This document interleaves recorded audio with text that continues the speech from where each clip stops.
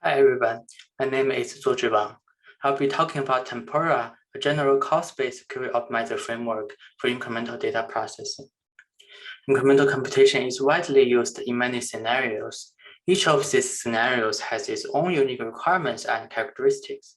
We will look at some of the common use cases and explain how incremental computation works. Let's look at the first scenario. Suppose an online shopping company has its sales data continuously ingested with an interval of every hour. The user wants to calculate the total income of the day over time. When the sales data at 1 a.m. arrives, we calculate its sum. At 2 a.m., we first calculate the sum on the newly arrived data, then we need to combine the new sum result with the last result. The same process repeats for each hour until the final data arrives.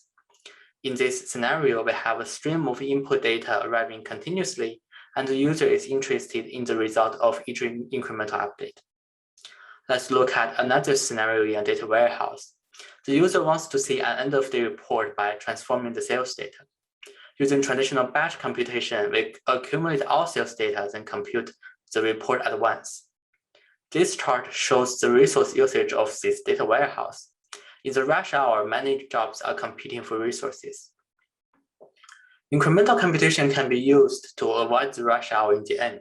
However, if we update the result, as soon as the new data arrives, some of the computation will still run in rush hours. One observation is the user does not care about the intermediate results. As long as we give the final result, we have the freedom to choose how to do incremental computation throughout the day. We can assign a cost factor for every hour based on the resource usage pattern, and it could be used by a query optimizer. For example, we can choose to skip the computation at 1 a.m. rush hour, then do more work at 2 a.m. when the resource usage is low. Let's look at another example of late data processing. Initially, we have most of our data ready. A small amount of late data will gradually arrive. The user is interested in the first partial query result and the final complete query result. In this query, the first operator can be incrementally computed with a very low overhead, such as aggregation. The second operator has a very high incremental computation overhead, such as outer joins. It is not worth it to compute the second operator for each small amount of late data. In this case, we can choose to incrementally compute only a subquery. For example, at 1 a.m., we only compute the first operator on the input data. We repeat the same process until the last data arrives, then we compute the final output result.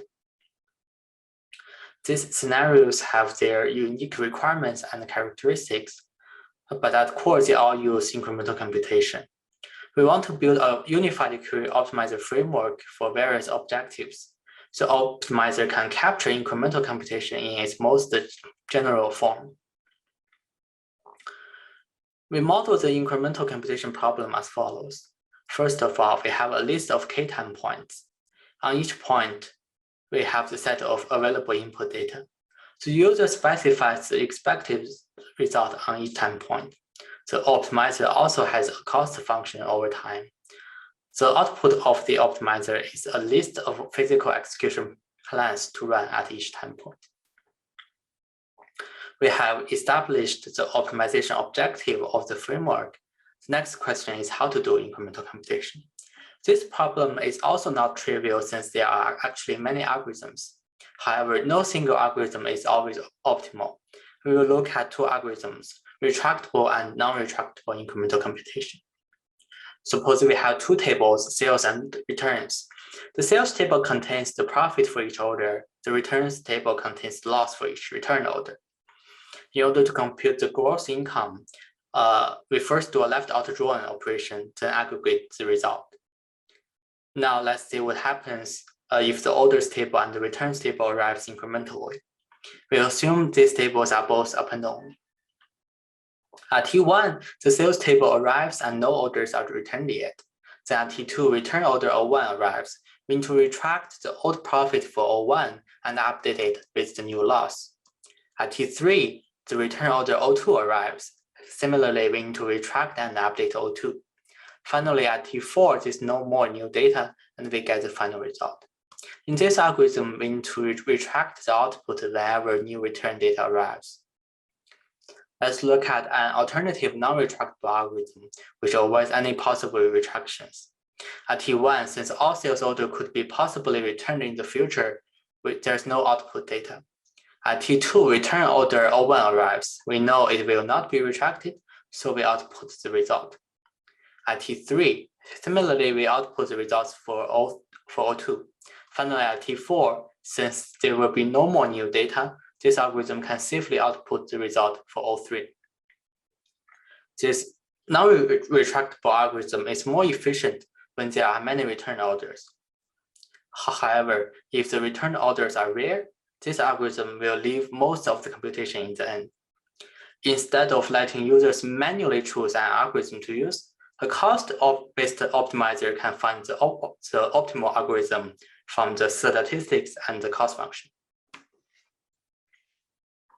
We have learned the complexity of incremental computation under many scenarios and with many algorithms. In this paper, we propose a new model for incremental computation. We also provide a rewriting rule framework that can describe many incremental computation algorithms. We also integrate Tempura with a volcano-style query optimizer framework. Now let's look at some technical details. The optimizer is based on the concept of time-varying relations, or TVR in short. TVR has two perspectives, snapshot and delta. A snapshot is what the table looks like at each time point, and a delta is the changes between two time points.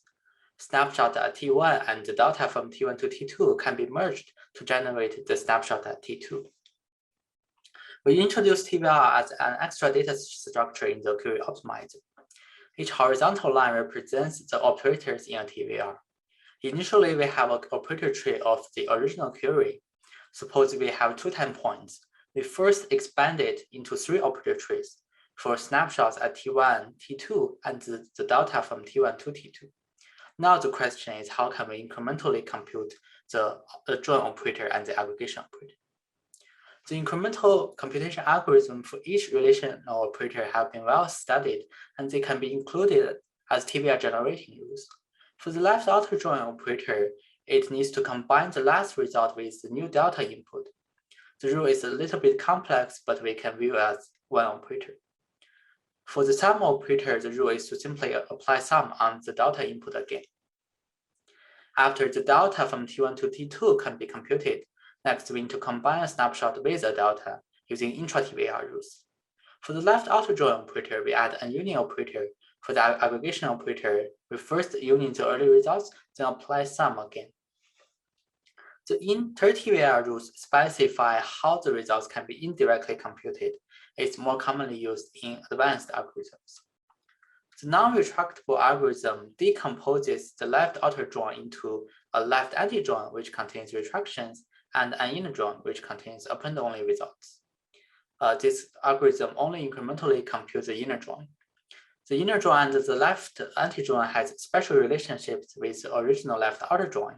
Their snapshots can always be merged using a union operator.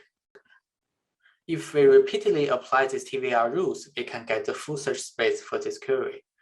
Any path that can reach the final output is a valid execution alternative.